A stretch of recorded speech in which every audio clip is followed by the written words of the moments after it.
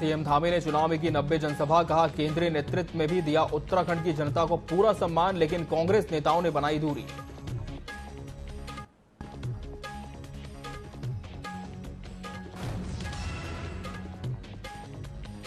त्रिस्तरीय सुरक्षा में रखी गई EVM machine, Dehradun SSP Ajay Kumar ने किया स्ट्रांग रूम का निरीक्षण, 24 घंटे सीसीटीवी से की जाएगी निगरानी।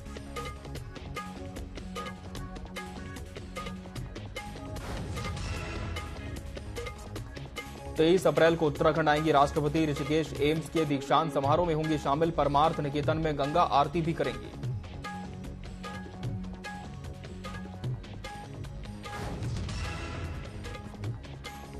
हनुमान जयंती पर हुए भव्य कार्यक्रम, मंदिरों में हुआ सुंदरकांड का आयोजन, झाझरा श्री बालाजी मंदिर में चढ़ाया गया 11.25 मन का लड्डू।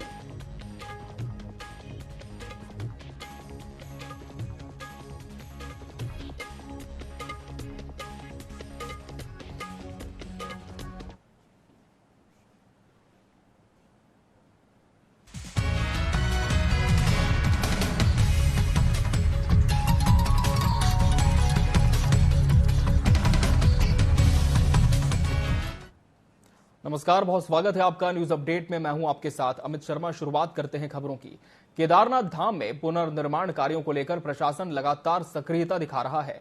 सचिवालय में अपने कार्यालय से मुख्य सचिव राधा रतूड़ी और पर्यटन सचिव सचिव कुर्रे की सीसीटीवी के जरिए केदारनाथ की पल पल की अपडेट ले रहे हैं। इसके लिए सचिवालय में इन अधिकारियों के कमरे में बड़े बड़े टीवी स्क्रीन्स लगाए गए हैं। सोमवार को मुख्य सचिव राधा रतूड़ी ने केदारनाथ धाम पहुंचकर केदारनाथ पुनर्निर्माण और पुनः विकास कार्यों के मास्टर प्लान के फेज 2 के तहत 21 प्रोजेक्ट्स की प्रगति की समीक्षा की। पर्यटन सचिव सचिन कुर्वे ने बताया कि प्रधानमंत्री नरेंद्र मोदी ने कई कार्यों का शिलान्यास किया है और सभी कार्यों को जल्द से जल्द पूरा करने के निर्देश दिए हैं।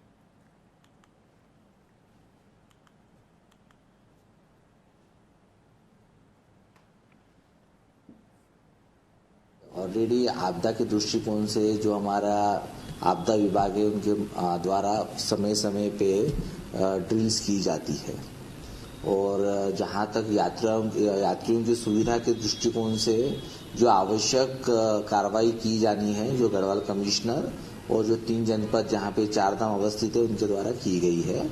उसके लिए जितनी धनराशि की आवश्यकता है वो धनराशि भी हमारे द्वारा जनवरी और फरवरी में जारी कर दी गई है। सारी तैयारियां हो चुकी है और जहां तक रजिस्ट्रेशन का जो सवाल है या जो यात्रियों की जो भारी संख्या है, तो यात्रियों के दृष्टिकोण से जो भी आवश्यक कार्रवाई हमको करनी है, जो सुविधाएं विकसित करनी है, हमने कर चुके हैं। इसमें कोई दिक्कत नहीं जाएगी।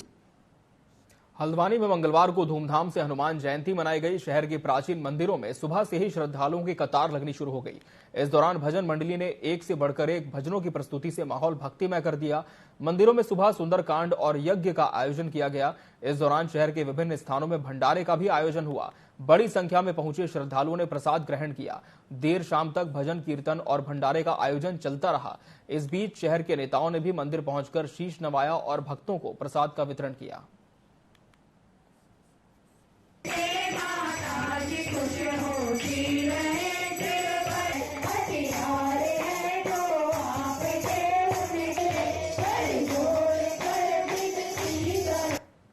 जो 8 जीवित जो महापुरुष हैं हमारे, जो पुराण कहते हैं, उनमें बजरंग बली का बड़ा महत्वपूर्ण स्थान है। और बजरंग बली को माता सीता और माता पार्वती दोनों का अद्भुत आशीर्वाद प्राप्त है और उनको यह आशीर्वाद प्राप्त है कि इस कलयुग में जितने भी लोग कष्ट में, जो दुखी लोग होंगे, उनको आप आशीर्वाद प्रदान करेंगे तो उनका बेड़ा पार हो जाएगा।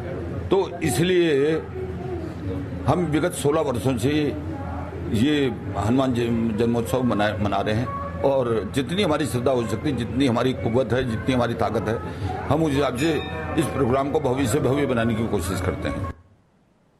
श्री जो हनुमान है हमारे, और उनकी प्रति जो लोगों में आस्था है और जिस प्रकार से उनका एक निस्वार्थ भाव से उन्होंने भगवान श्री राम की सेवा करी, सीता माता की सेवा करी, उसी निस्वार्थ भाव से उनके भक्त भी निकले हैं उनका संदेश लेकर, और प्यार का संदेश है, तपस्या त्याग का संदेश है और आत्मीयता और प्रेम का संदेश है। सारे भगवान श्री हनुमान के जितने भी भक्त और अनुयायी हैं, और जब कठिन समय आता है, कठिन परीक्षा आती है, सबसे पहले हम उन्हीं को याद करते हैं। तो आज अवश्य जो भी कोई व्यक्ति कठिनाई में, मैं उनसे ये प्रार्थना करता हूँ उनके भी संकट विमोचक बनकर उनके घरों में आशीर्वाद दें।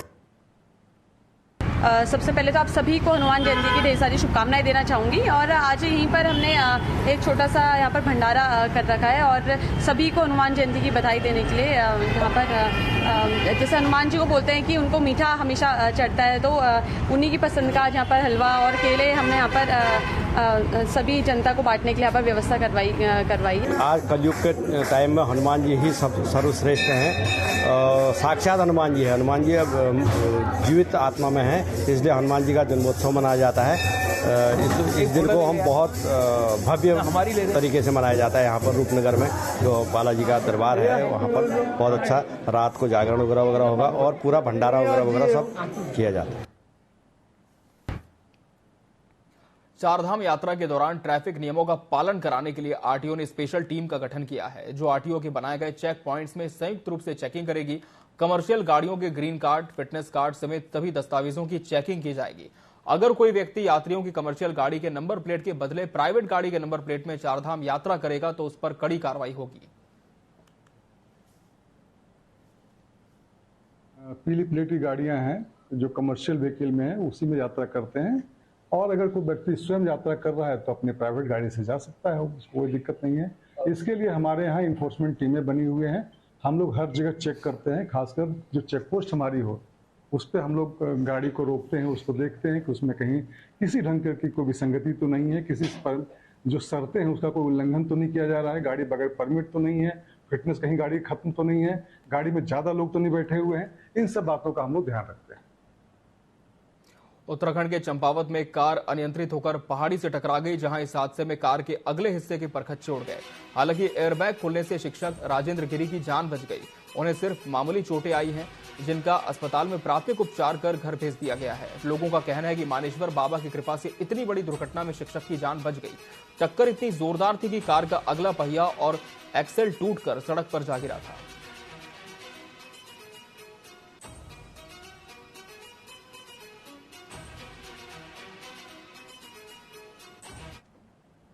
उत्तराखंड के चंपावत जिले में लंबे समय से बारिश नहीं होने से जिले में सूखा पड़ गया है, जिसका असर अब खेती किसानी और पेयजल में दिखने लगा है। बाराकोट ब्लॉक के डोबा भागू के युवा किसानों ने बताया कि पूरा क्षेत्र सूखे की चपेट में आ गया है।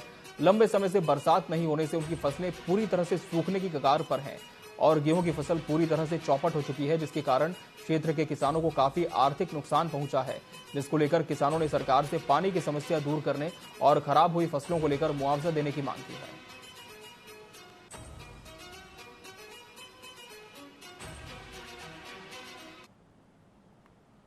बारिश न होने की वजह से जितने भी पेयजल स्रोत थे वह पूर्णतः सूख चुके हैं, जिसका असर काश्तकार भाइयों को पड़ा है। हमारे भागों में लगभग 15 से 20 प्रगतिशील काश्तकार भाई हैं जो सब्जी उत्पादन कर अपनी आजीविका चलाते हैं, लेकिन सूखे की मार से सभी काश्तकार भाइयों की सब्जी पूर्णतः नष्ट हो चुकी हैं, जिससे काश्तकार भाई को काफ़ी आर्थिक समस्याओं का सामना करना पड़ रहा है। जहां पर प्रत्येक परिवार का काश्तकार लगभग 50 से 60 हजार रुपये के चप्पन कद्दू की बिक्री करता था, लेकिन सब्जी नष्ट हो जाने से 1 रुपये की भी आमदनी प्राप्त नहीं हो पाई। मसूरी में मंगलवार को शहर के हनुमान मंदिरों में हनुमान जयंती धूमधाम से मनाई गई, जहां सुबह से ही श्रद्धालु हनुमान जी की पूजा अर्चना करते दिखे। इसके साथ ही मंदिरों में भंडारे का आयोजन किया गया, जिसमें बड़ी संख्या में श्रद्धालुओं ने भंडारे का प्रसाद ग्रहण किया। आपको बता दें कि इस मौके पर रामचरितमानस के अखंड पाठ का भी आयोजन किया गया था।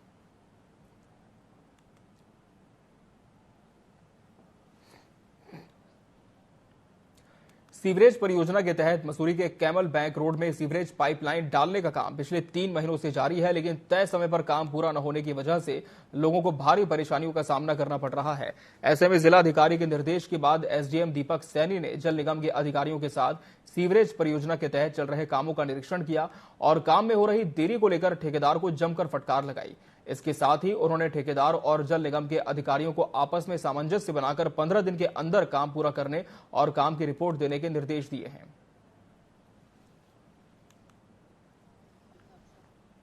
अभी काम इन्होंने काफी हद तक तो कुछ काम किया था। अभी लगभग 50 से 60 मीटर के बीच का काम यहाँ पे अभी और बाकी है डालना। बीच में इनको यहाँ पर इस होटल के पास में जो सामने का एरिया उसमें हार्ड रॉक मिला है, जिसकी वजह से यहाँ पे थोड़ा बता रहे हैं डिले हो रहा है कटिंग में। और चूंकि संकरा रास्ता है तो मलबा निकाल के उसको साइड में डालते हैं, जिसके कारण आम जनमानस को तकलीफ भी हो रही है। उसी के एवज में जो है डीएम मैडम के आदेशों के अनुसार हमने यहाँ पर निरीक्षण भी किया आके काम की भौतिक परिस्थिति को जानने के लिए। तो अभी जैसा ये देख रहे हैं, हमने इनको इंस्ट्रक्शंस दिए हैं कि डेली हम लोगों को रिपोर्ट देंगे कितना प्रोग्रेस हुआ है, डेली बेसिस पे इसकी मॉनिटरिंग की जाएगी। साथ ही साथ इनको ये भी आदेश दिए गए हैं कि आम जनमानस की सुरक्षा के दृष्टिगत जो है रात के समय जो है इसकी कंप्लीट बैरिकेडिंग की जाए। कॉशन टेप जो है वो रिफ्लेक्टर वाली कॉशन टेप लगाई जाए, ताकि किसी भी आने वाले जो अगर कोई भी यहाँ पर यात्री आ रहे हैं या कोई आम जनमानस आ रहे हैं उन लोगों को दूर से ये दिखाई दे जाए। चमोली जनपद के देवाल विकासखंड के वाण गांव में स्थित मां नंदा के धर्म भाई लाटू देवता मंदिर के कपाट मंगलवार को विधि विधान से खोल दिए गए हैं। मंदिर में सुबह से आयोजित धार्मिक अनुष्ठान के बाद दोपहर 2:10 पर मंदिर के पुजारी खीम सिंह बिष्ट ने मंदिर के कपाट श्रद्धालुओं के दर्शनों के लिए खोल दिए हैं। अब आगामी 6 माह तक श्रद्धालु यहां दर्शनों के साथ लाटू देवता की पूजा अर्चना कर सकेंगे।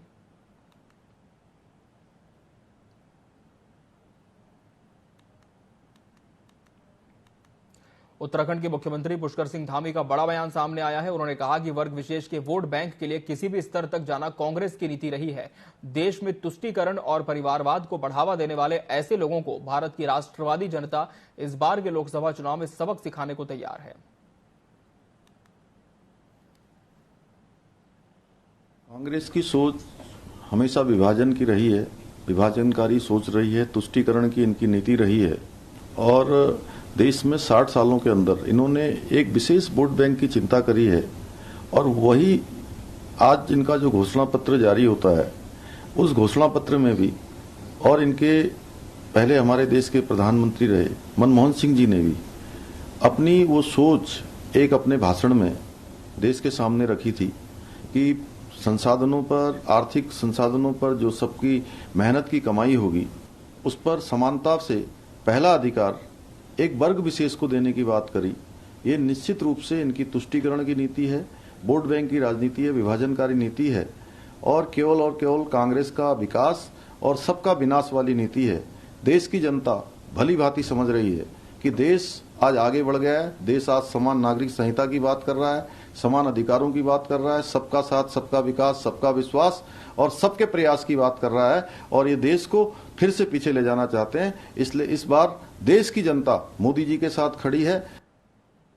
खटीमा नगर पालिका क्षेत्र में जल संस्थान खटीमा की लापरवाही सामने आ रही है। जगह जगह वार्डों में पीने के लिए गंदा पानी आ रहा है, साथ ही पानी का फ्लो भी कम है। इस संबंध में वार्डवासियों ने अधिशासी अभियंता कुमाऊं जल संस्थान खटीमा के अधिशासी अभियंता अजय कुमार को ज्ञापन सौंपा। वार्डवासियों का कहना है कि 10 से 12 बार खटीमा जल संस्थान कार्यालय में आ चुके हैं, लेकिन किसी तरह की सुनवाई नहीं हुई है। वार्डवासियों ने कहा कि इसका जल्द समाधान नहीं हुआ तो हम आंदोलन करेंगे। इस पर अधिशासी अभियंता अजय कुमार ने कहा कि पाइपलाइन 40 से 50 साल पुरानी होने की वजह से इसमें जगह जगह लीकेज हो रहा है, इनको सही कराया जा रहा है।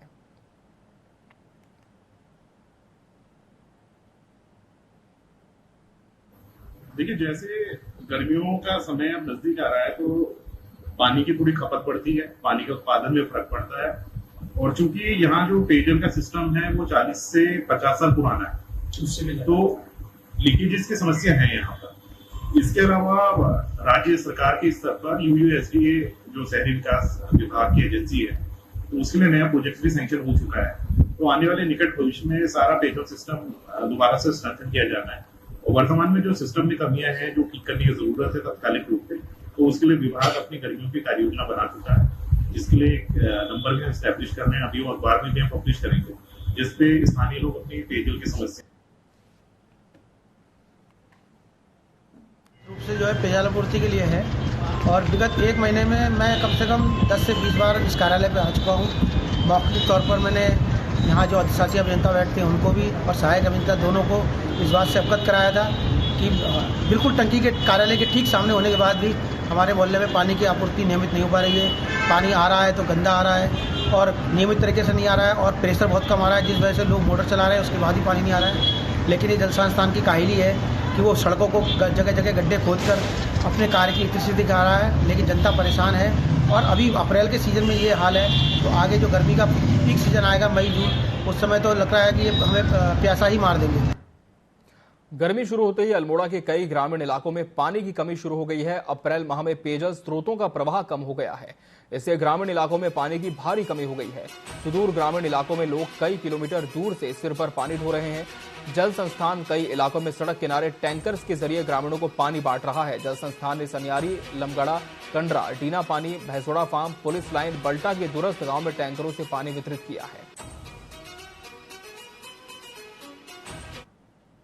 हमारे यहाँ गर्मी में पानी हानि सब सूख जाता है। इसी प्रकार से यहाँ से बच्चों के जो बच्चे लोग पढ़ाई करते हैं उनकी पढ़ाई में सब वो हट जाता है। और हमारे पास एक ही नल है जिसमें गर्मियों में ताला लग जाता है और इस हिसाब से हमारे वहाँ पढ़ाई की दिक्कत हो जाती है। और हमारे यहाँ से पानी ले जाने में एक गर्मी के टाइम में दो तीन घंटे ऐसे ही लग जाते हैं, उसमें पानी की वही दिक्कत है। हमारे यहाँ गर्मी में पानी की बहुत समस्या बढ़ जाती है। हमको पीने के लिए पानी मुश्किल से मिलता है, इसलिए हमारा अनुरोध है कि यह समस्या को हमारी दूर कर दें। हमारे देहरादून से खबर है, जहां पुलिस मुख्यालय में डीजीपी अभिनव कुमार ने पुलिस अधिकारियों की बैठक ली। बैठक में पुलिस विभाग के बजट पर चर्चा की गई। इस दौरान डीजीपी ने पुलिस अधिकारियों को जरूरी निर्देश दिए। डीजीपी ने कहा कि निर्माण कार्यों में निर्माण एजेंसियों की ओर से अच्छी गुणवत्ता की सामग्री का उपयोग किया जाए। सभी थाने, चौकियों और पुलिस लाइनों को महिला कार्मिकों और आगंतुकों के अनुकूल बनाने के साथ निर्माण कार्यों के लोकार्पण का कैलेंडर बनाने के भी निर्देश दिए हैं।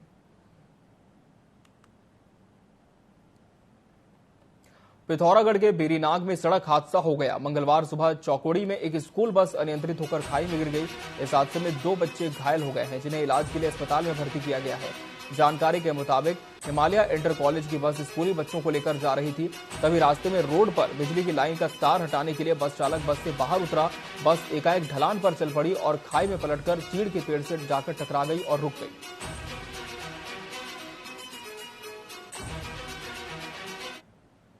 टनकपुर के प्राचीन हनुमानगढ़ी मंदिर में धूमधाम से हनुमान जयंती मनाई गई। मंदिरों को फूलों और गुब्बारों से सजाया गया। इस पर्व पर मंदिर समिति के लोगों ने हनुमान जी की माता अंजनी माता की मूर्ति की प्राण प्रतिष्ठा कर स्थापना की। इस उपलक्ष्य पर भजन कीर्तन और भंडारे का भी आयोजन हुआ। हनुमानगढ़ी मंदिर के पुजारी कमलेश पांडे ने बताया कि आज हनुमान जी की जयंती का शुभ अवसर है। इस अवसर पर पूजा पाठ कर माता अंजनी की मूर्ति स्थापित की है। इस अवसर पर भक्त हनुमान मंदिर पहुंचे और भजन कीर्तन में शामिल हुए।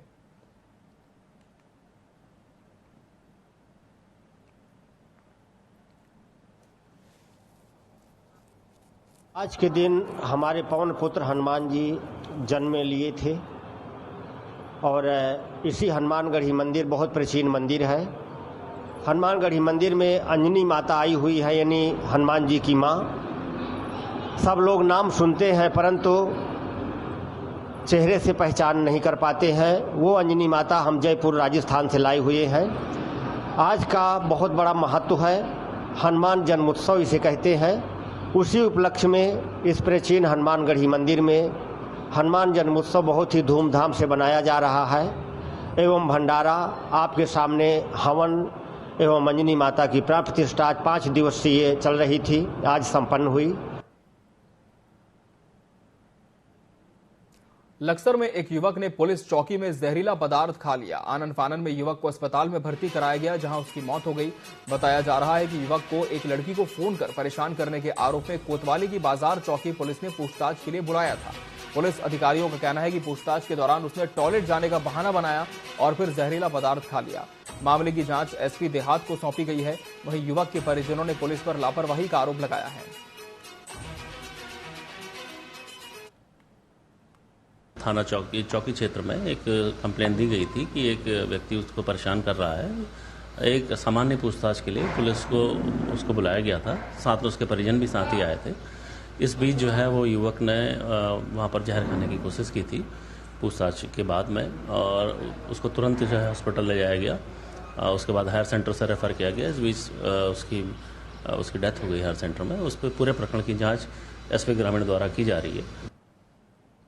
पौड़ी जिले के सिविल वन क्षेत्र के जंगलों में आग लगने का सिलसिला जारी है, जिससे वन संपदा को नुकसान हो रहा है। सोमवार को डाइट चढ़ी गांव के पास सिविल वन क्षेत्र के जंगलों में लगी भीषण आग की घटना सामने आई। इसमें आग तेजी से एक स्कूल की ओर बढ़ने लगी। सूचना वन विभाग को दी गई, जिसके बाद डीएफओ के नेतृत्व में वन विभाग के कर्मचारियों को मौके पर भेजा गया। उन्होंने कहा कि आग पर जल्द ही काबू पा लिया गया। साथ ही उन्होंने आग लगाकर वन संपदा को नुकसान न पहुंचाने की अपील की। उन्होंने आम जनता से उपद्रवी तत्वों की जानकारी वन विभाग को भेजने का आग्रह भी किया।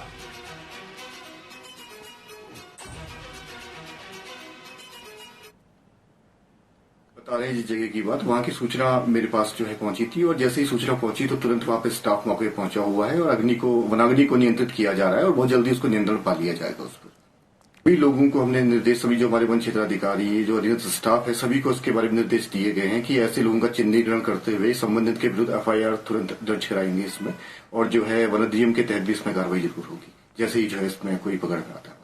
ऐसे अपील मीडिया के माध्यम से उनसे अपील करूंगा कि ऐसे व्यक्तियों की सूचना गोपनीय रखी जाएगी जो किसी भी ऐसे असामाजिक तत्व के बारे में जानकारी हमें देंगे और उनको उचित इनाम भी हमारी तरफ से दिया जाएगा। और इस बीच रायपुर से बड़ी खबर आपको बता दें, छत्तीसगढ़ दौरे पर प्रधानमंत्री नरेंद्र मोदी पहुंचे हुए और मंगलवार को धमतरी और सक्ती में चुनावी सभा को उन्होंने संबोधित किया। इस दौरान उन्होंने कांग्रेस पर जुबानी हमला बोला। पीएम मोदी के बयान को लेकर पूर्व सीएम भूपेश बघेल ने भी पलटवार कर दिया है। भूपेश बघेल ने कहा है कि पीएम मोदी का मानसिक संतुलन बिगड़ गया है। उन्होंने कहा कि पीएम मोदी मनमोहन सिंह के भाषण से केवल एक ही शब्द उठा रहे हैं। बीजेपी बुरी तरह हार रही है, इसलिए मोदी जी के पास कहने के लिए अब कुछ नहीं बचा है। कोई भी संतुलित व्यक्ति पीएम मोदी जैसी बात नहीं करेगा।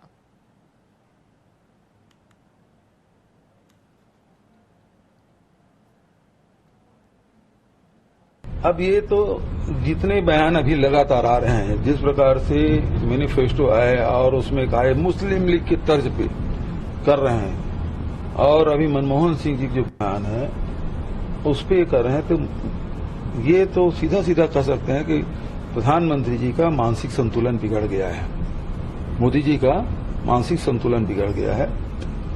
मनमोहन सिंह जी के भाषण के एक टुकड़े का आप एक लाइन को उठा लेंगे, एक शब्द को उठा लेंगे, पूरा जो वाक्य उसको तो पढ़ो आप, उसमें तो उन्होंने सबके लिए कहा है और आप केवल एक वर्ग की बात कर रहे हैं। तो इसका मतलब ये है कि आपके पास कुछ कहने कुछ नहीं है। कांग्रेस के मैनिफेस्टो में कहीं मुस्लिम लीग का उल्लेख तक नहीं है, मुस्लिम का। दूसरा, कहीं मंगलसूत्र सबको, हिंदुओं को मंगलसूत्र लेकर सबको वितरण करना है, ये उल्लेख नहीं है। तो ये तो मानसिक संतुलन बिगड़ने जैसी बात है। मतलब इसका मतलब ये है कि भारतीय जनता पार्टी बुरी तरह हार रही है, तभी इस प्रकार से बातें करेंगे, अन्यथा कोई भी संतुलित व्यक्ति इस प्रकार से बात नहीं करेगा। श्री हनुमान प्रकटोत्सव के पावन अवसर पर हनुमान भक्तों ने देश के विभिन्न राज्यों के अलग अलग जगहों से विशाल शोभा यात्रा निकाली। तस्वीरें आपके सामने हैं। नगर भ्रमण के दौरान जगह जगह शोभा यात्रा का भव्य स्वागत हुआ। शोभा यात्रा में लाखों की संख्या में भक्तों की भीड़ ने जय श्री राम, जय हनुमान की नारे के साथ नगर में शोभा यात्रा निकाली। शोभा यात्रा के समापन पर भोग भंडारे का आयोजन भी किया गया। भीलवाड़ा, खनियांथाना, सिंगरौली और बड़वानी से ये तस्वीरें सामने आई हैं।